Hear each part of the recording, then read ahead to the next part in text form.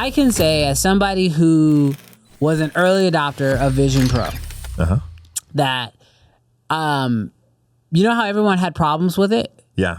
They were right. They were 100% right. The system needed work. Is it safe to say that it flopped? Oh, yeah. No, it absolutely was a flop. Like, bro, out of sight, out of mind. Gone. It wasn't until I heard an interview today about the Vision Pro that I was like, oh, yeah. No, I think what happened was a lot of people bought it, myself included. They rocked with it for their 14-day return period. And then as soon as day 15 hit, content just dried up on the headset because everybody was returning it. Now, I didn't even make content on mine. Yeah. But I was just like, yo, this is like over $3,000 and this doesn't do anything that great. But there was one area. Vision 2 came out. No, oh gosh. But there was one area that when I used it, it was like, oh, this is the future. I just don't know how I work with it. And that is the immersive video. Dude, watching movies on this headset is so amazing. It is like groundbreaking. And the immersive ones where it's like full 180 degrees where you can kind of turn your head and look up and down and stuff like that. Like that was next level. And immediately I was in the Apple store because when you buy it, they make you put it on, test it, make sure it's going to fit, all that stuff. I was in the Apple store and my brain immediately goes, how do I film stuff like this? Like I wanted to make immersive films immediately because I was like, this is a way to tell a story in a way that has never been done before. I mean, there was like a rhino demonstration and literally it looks like the rhino walks up and sits in your lap, like next level stuff. And then I did research and I was like, oh, this is completely not possible to really do. There's no pipeline for this yet. Yeah. And that is probably one of the things from WWDC for me that I thought was the most interesting was that Apple is developing or assisting in the developing of the pipeline, which I have a hunch here. I don't know if it's that much of a hot take, but it might be a hot take. But if Apple can't get people to create content for the Vision Pro, if we called it a flop before, it will be a nuclear bomb for Apple because we already know one thing is true. They released it and almost nobody made apps for it. Like, you know how Apple normally does that thing where like they zoom out to show all the apps that are available? Bro, I was watching it and they were like, there are over 1,000 apps and it zoomed and it stopped. It stopped zooming. I was like, who did that? Like, it's supposed to zoom forever. Like, no, like it stopped. And it was like, no, these are all the apps. These are all the apps that are here. And like your big players never showed up. Yeah. Netflix never showed up. And I think developers are kind of taking a stand, right? And so if you don't have apps on there, then the next big logical step is content, right? And so I feel like Apple realized that. I disagree. You disagree? Dude, the next big step is bring that sucker down to $500. Okay, whoa, okay. Oh, yes. my God. But no, I agree with you. Yes. You need content. Right. You need people to buy it, but you got to give them a reason. Yeah, exactly. 100%. But so until... If you can't get the developers to give you the hire reason. me, Apple. Let me tell you what no one else will tell you. $500 max. You will take over the world like you did with the iPhone. We will be in the dystopian future of Ready Player One if you bring it down to $500. But as long as that crap is at $3,000, get out of here. No, I get that. I 100% agree with you there. But what I'm saying is the reason why people are going to buy it is if you don't have the apps on there for people to integrate with, you have to have content. You got to have one or the other. And so Apple worked with Canon to release a new lens. I don't know. Canon probably was already working on it. Apple just was like, hurry up. Here's some money. Make it come out faster. You know? Yeah. But like this new dual fisheye lens that's supposed to make it easier for capturing immersive video. Ironically, what do you see it on the for? R7? Because, yeah, I saw that it was for the R7, and I literally thought to myself, and Blackmagic also released something. Yeah, it was a camera with the lens attached to it on the Ursa. And I can see the Blackmagic going out to the plains of Africa, or I could see them, you know, like going into the depths of the ocean. Maybe not with Blackmagic and it being so dark, but I can see like that.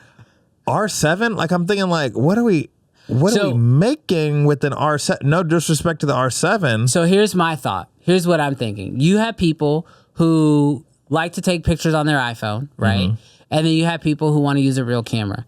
I think that the R7 setup is for the everyday person who wants to create immersive content for the Vision Pro.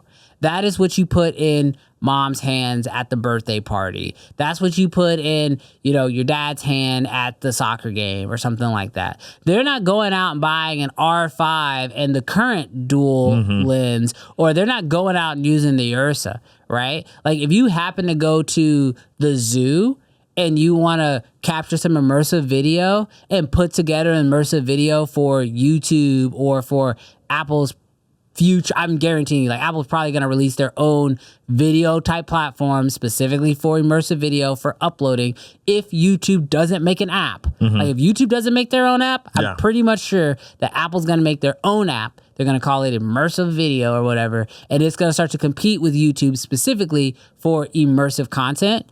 And the R7 and that lens will be the video camera, the setup that everyday people, YouTubers, content creators will be able to pick up and use to create immersive video on this new platform. I want to put your feet to the fire. Okay. Because I feel like when 360 video or photos came out, it was the rage on Facebook for like 3 days. Yeah. Maybe more. Yeah. Whatever. But ain't nobody trying to do this with their phone all the time. My question for you. Immersive video. Yeah. Is it going to be hot or not? I know that you experienced it. So here's the thing. But like, is it going to be short form content? Is it going to be TikTok? Is it going to be is the new way of digesting content, or will it be a gimmick? It needs a catalyst that has nothing to do with the content. And that is, with TikTok and short form video, you already had a phone in your pocket.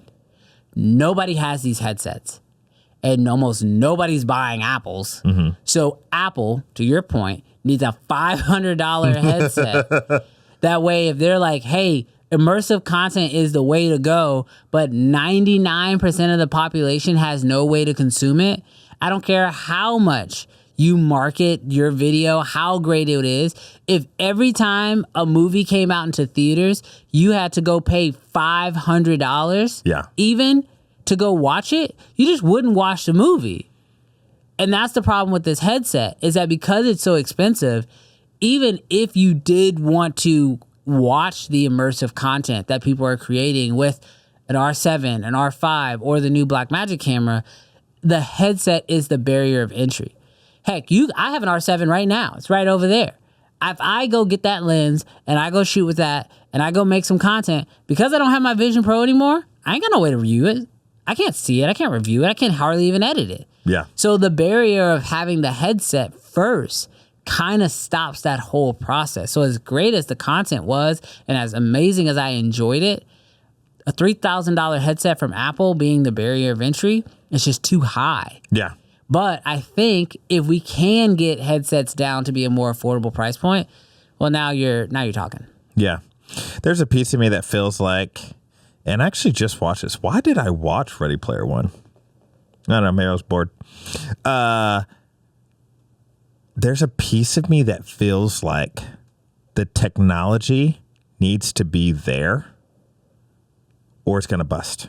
Now, I'm not saying that virtual reality or augmented reality or that sort of stuff is going to bust forever. Like one day it's going to be everything. Yeah. People will live in that space more than they live, and that'll be unfortunate, but they'll live more in that space than they live in the real space. Yeah. But I think like there's just like a piece of me where I'm not trying to be like negative, but I'm like it's like 3D movies to me. Yeah. Like, so that are there some movies that might be good for 3D? Yeah, but my normal consumption of movies, ain't nobody want that all the time. So I think that is the perfect That is the perfect example. Like, I remember when the first Avatar came out. It came out on Blu-ray, and there was a 3D Blu-ray too. You had to buy a 3D Blu-ray, and you had to buy a 3D Blu-ray player, and you had to have a 3D TV, and you had to have enough of glasses for everybody to watch it. And I was working at Best Buy at the time, so like I knew the technology, and I remember trying to sell this to people, and like.